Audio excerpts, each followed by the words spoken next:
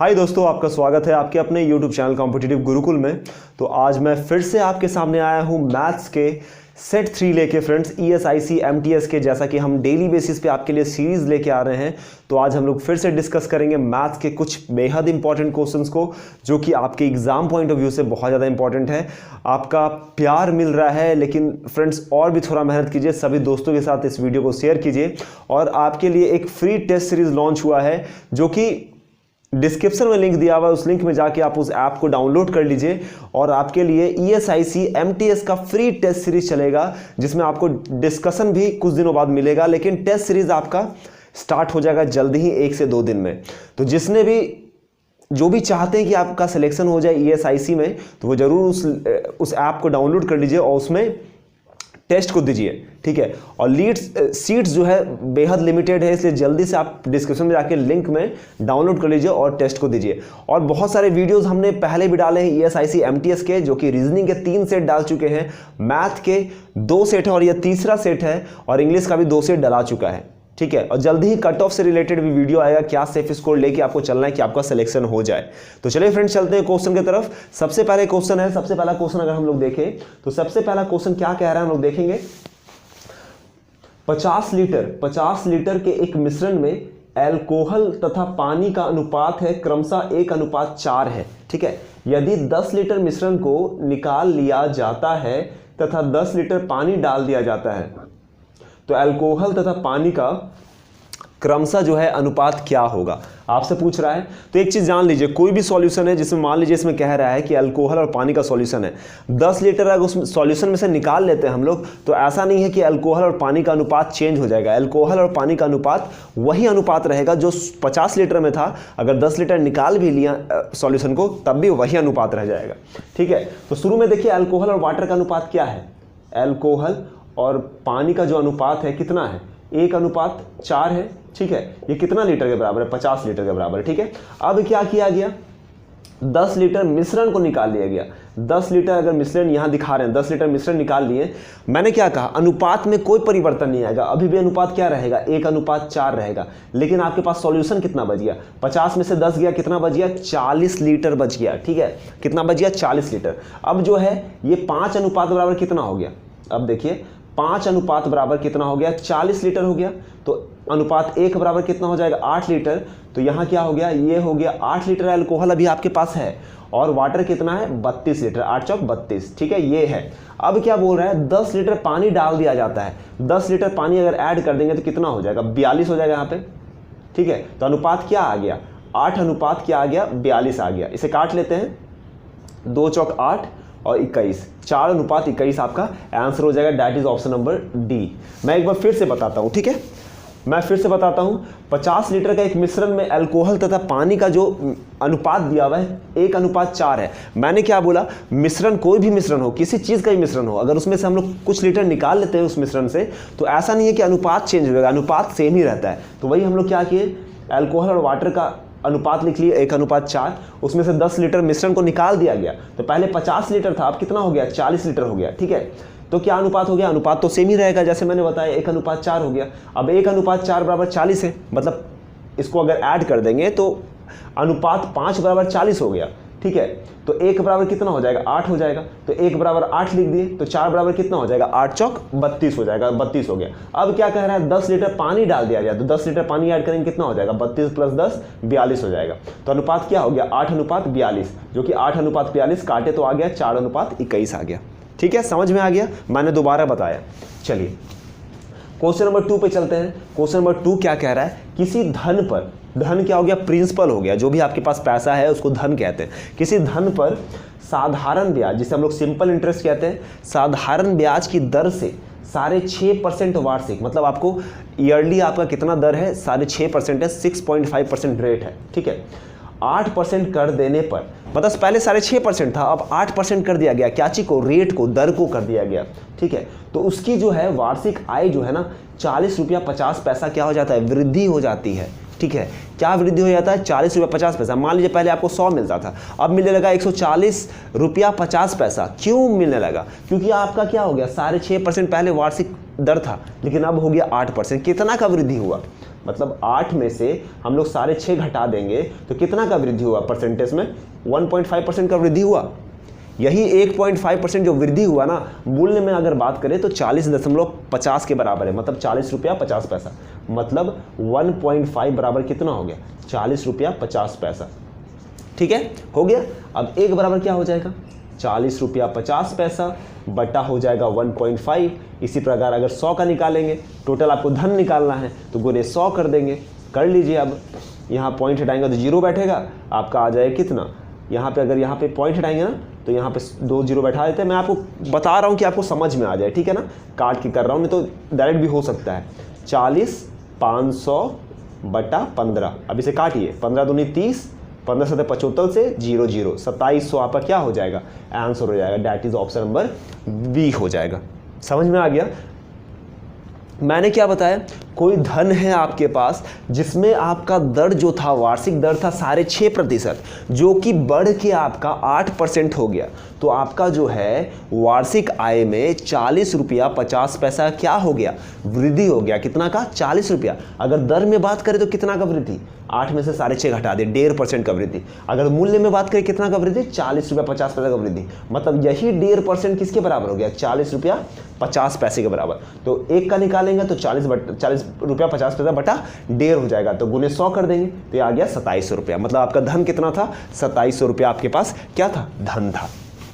चलिए question number 3 पे चलते हैं। ये जो था आपका सिंपल इंटरेस्ट साधारण ब्याज से संबंधित क्वेश्चन था। ये आपका कह सकते हैं मिक्सचर से संबंधित क्वेश्चन था, मिश्रण से संबंधित क्वेश्चन था। अभी जो क्वेश्चन आ रहा है ये औसत से संबंधित क्वेश्चन है। किससे? औसत से। चलिए औसत का क्वेश्चन देख लेते हैं पहले, सबसे पहले। ठीक है, देखिए औसत में क्या होता है ना, एवरेज जो निकालते हैं, औसत जो निकालते हैं, ये क्या करते हैं? औसत निकालने के लिए क्या करते हैं? कुल बटा संख्या करते हैं।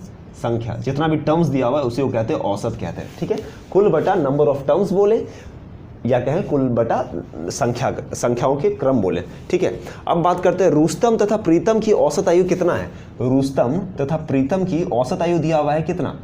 39 वर्ष औसत आयु है। ठीक है ना, लेकिन हमको निकालना क्या है? कुल आयु। कुल आयु कितना व्यक्ति है? 2 व्यक्ति है। तो कुल आयु निकालने के लिए क्या करेंगे? औसत में संख्या को गुना कर देंगे तो कुल आ जाएगा। समझ में आ रहे हैं? कुल आयु आपको निकालना है, आपका औसत दे दिया है। संख्या आपको क्या है? संख्या 2 आदमी है ना, रुस्तम और प्रीतम है, 2 आदमी है। तो संख्या को अगर औसत में गुना कर देंगे तो कुल आयु नहीं निकल जाएगा।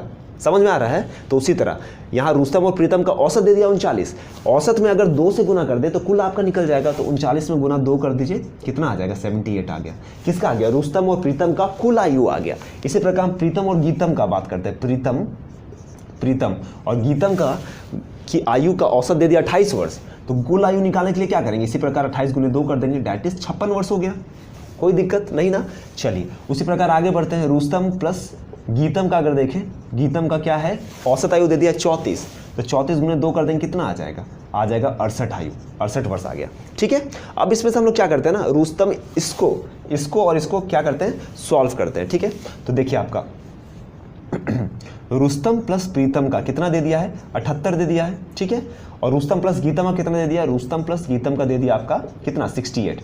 अब ये सॉल्व करते हैं एलिमिनेशन मेथड के द्वारा, माइनस करेंगे तो ये कट गया। यहाँ क्या हो गया? P प्लस प्रीतम माइनस गीतम बराबर 10 हो गया। क्या आ गया? प्रीतम माइनस गीतम बराबर 10 वर्ष आ गया। और यहाँ आपका क्या बचा है? प्रीतम प्लस गीतम बाकी है। ठीक है, तो अब हम लोग इसको और इसको उठाएंगे, सॉरी इसको और इसको उठाएंगे। ठीक है, तो चलिए प्रीतम प्लस गीतम बराबर 56 है। ठीक है, उसी प्रकार प्रीतम माइनस गीतम जो कि यहाँ से निकला है बराबर क्या है? 10 है।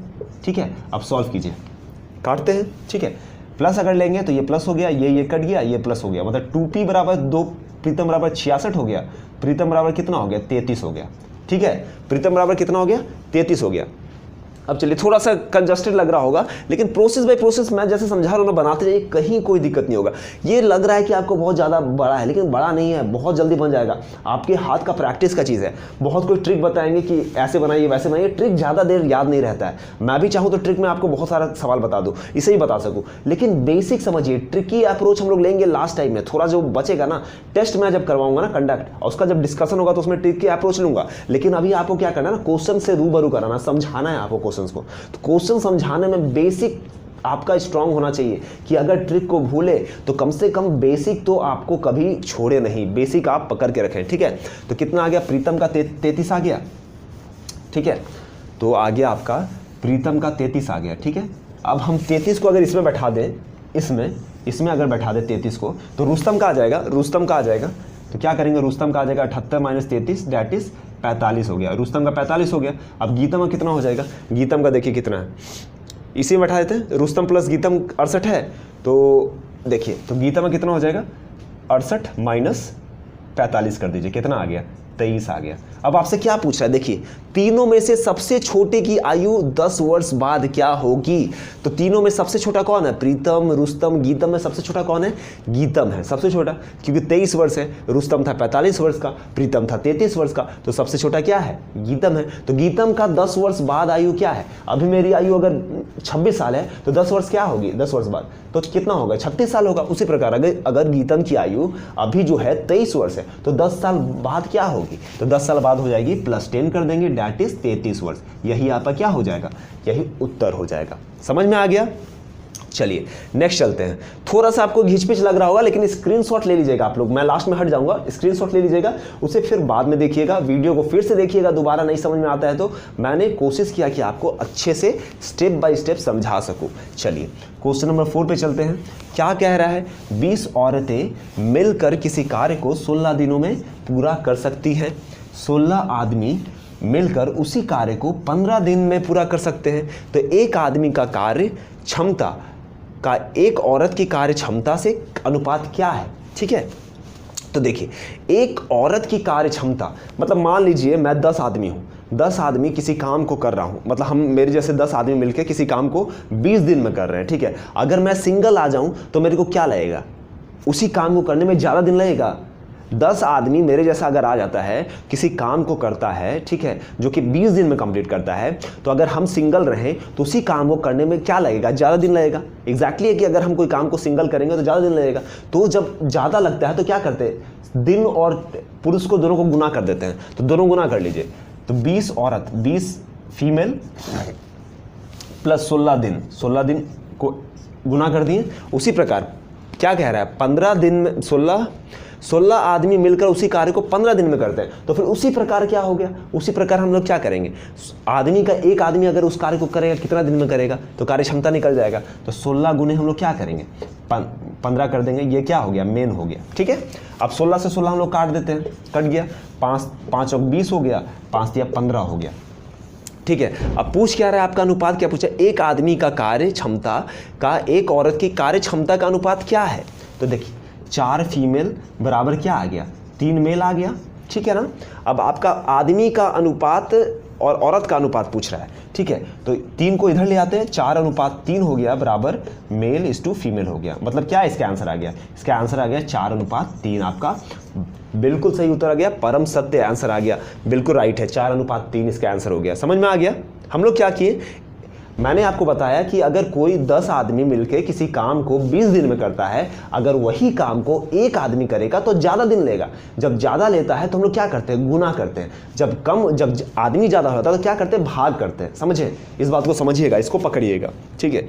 तो क्या हो गया आंसर इसका, 4:3 हो गया। चलिए फ्रेंड्स, अब स्क्रीनशॉट ले लीजिए, जो मैंने क्वेश्चन बताया इसका स्क्रीनशॉट ले लीजिए, बहुत ही इंपॉर्टेंट क्वेश्चन है।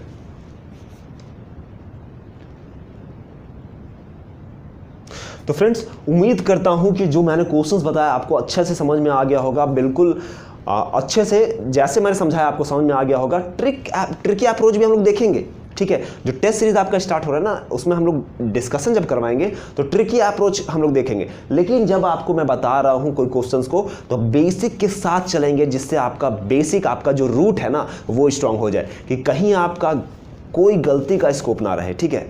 तो चलिए फ्रेंड्स, उम्मीद करते हैं ये वीडियो आपको अच्छा लगा होगा। हमसे जुड़े रहने के लिए हमारे चैनल कॉम्पिटिटिव गुरुकुल को सब्सक्राइब कर दीजिए, और हमें मोटिवेट करने के लिए लाइक बटन दबाइए कि इस तरह के वीडियोस आपके लिए डेली बेसिस पे लाता रहूँ। और हाँ फ्रेंड्स, नीचे जो डिस्क्रिप्शन में लिंक दिया हुआ उसमें जाके आप ऐप को जरूर डाउनलोड कर लीजिए, जो कि टीचमेंट ऐप है, जिसमें आप फ्री में टेस्ट दे सकते हैं ESIC MTS के। धन्यवाद।